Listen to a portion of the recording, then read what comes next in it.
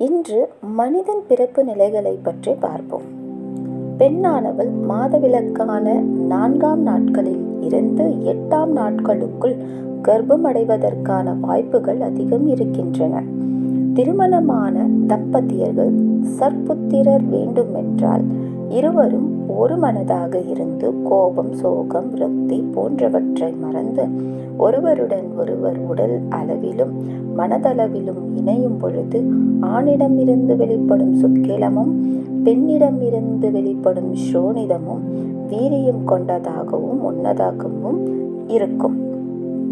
கலவையின் போது ஆணிடம் இருந்து வெளிப்படும் சுக்கிலமும் பெண்ணிடம் இருந்து வெளிப்படும் சோனிதமும் ஒன்று கலந்து குழந்தையாக பிறப்பெடுக்கின்றன.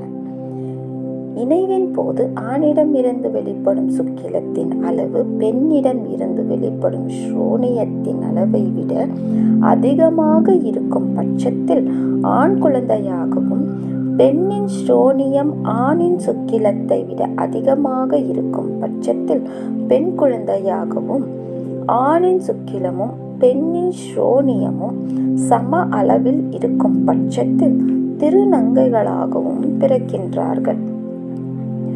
மனிதன் பிறப்பு நிலைகள். மங்கையினுடைய கருவிழை கர்ப்பப்பை ஆனது ஆரோக்கியமானதாகவும் நல்ல நிலையிலும் இருக்கும் பட்சத்தில் கலவி செய்த 5ஆம் நாளில் சோனியத்துடன் முட்டையுடன் சுக்கிலம் இணைந்து ஒரு குமிழி உண்டாகும். குமிழியானது 14 நாட்களுக்குள் தசையின் வளர்ச்சி அதிகரிக்கும். 20வது நாட்களில் மென்மேலும் தசைகளின் வளர்ச்சி உண்டாகும். கருவுற்ற 30வது நாட்களில் பஞ்சபூதங்களின் சேர்க்கை ஏற்படும். கருவுற்ற 2வது மாதத்தில் உடலுக்கு உரிய தோலானது உருவாக துவங்குகின்றது. கருவுற்ற 3வது மாதத்தில் உடலில் இருக்கக்கூடிய நரம்புகள் யாவும் உருவாகின்றன. கருவுற்ற 4வது மாதத்தில் புற அமைப்புகளும் உருவாகின்றது. கருவுற்ற 5வது மாதத்தில் காது, மூக்கு, மார்புகள், முடியும் தோன்ற துவங்குகின்றன. கருவுற்ற 6வது மாதத்தில் கழுத்தும் தலையும் உருவாகின்றன. கருவுற்ற 7வது மாதத்தில் கருவானது இனப்பெருக்க உறுப்பின் வளர்ச்சி முழுமை பெற்று சிசுவானது ஒரு ஒருங்கிணைந்த இயக்கத்தை வெளிப்படுத்த துவங்குகின்றது. 8வது மாதத்தில் உடலில் இருக்கக்கூடிய அனைத்து உறுப்புகளும் பரிபூர்ணமாக உருவாகி சிசுவின் உடலின் முன்ஜென்ம வினை பதிவுகளுக்கு ஏற்ப உயிரானது ஆன்மாவானது செலுத்தப்படுகின்றது. 9வது மாதம் சுழிமுனை என்ற நாடியின் மூலத்தை சிசுவானது அடைகின்றது.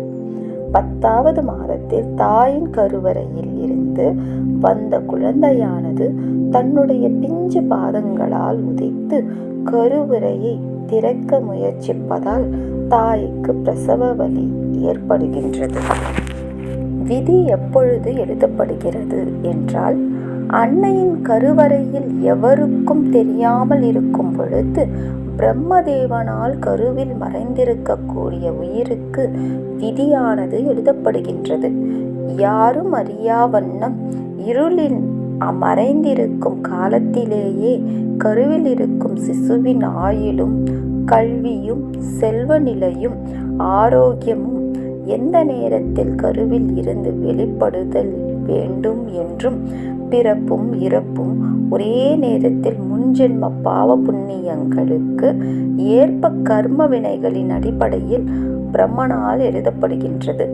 பிறவி எடுத்த அனைத்து மனிதர்களும் அனுபவிக்கின்ற இன்ப துன்பங்கள் யாவும் பூர்வ ஜென்மத்தில் செய்த வினைகளின் அடிப்படையிலேயே இருக்கும் என்பதில் எந்தவிதமான சந்தேகமும் இல்லை.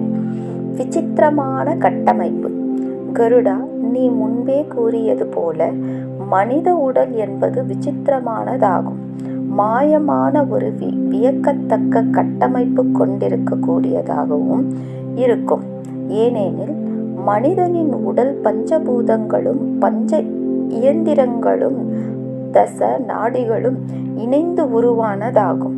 தச நாடிகள் என்பது பிராணன், அபானன், வியானன், உதானன், சமானன், நாகன், கூர்மன், கிருகரன், தேவதன், தனஞ்சயன் என்பதாகும். மனிதனின் சரீரம் என்பது சுக்கிலம், எலும்பு, நீர், ரோமம், இரத்தம் ஆகியவற்றால் உருவாக்கப்பட்டதாகும். இவைகள் அனைத்தும் நரம்புகளால் கட்டமைக்கப்பட்டு இருக்கின்றன. இவ்விதமாக திருமால் எடுத்துரைத்துக் கொண்டிருக்கும் பொழுது கருடாழ்வார் மனிதனின் உடலில் பஞ்சபூதங்கள் எவ்விடத்தில் இருக்கின்றன என்பதை பற்றி உரைத்திட வேண்டும் என்று வினவினார்.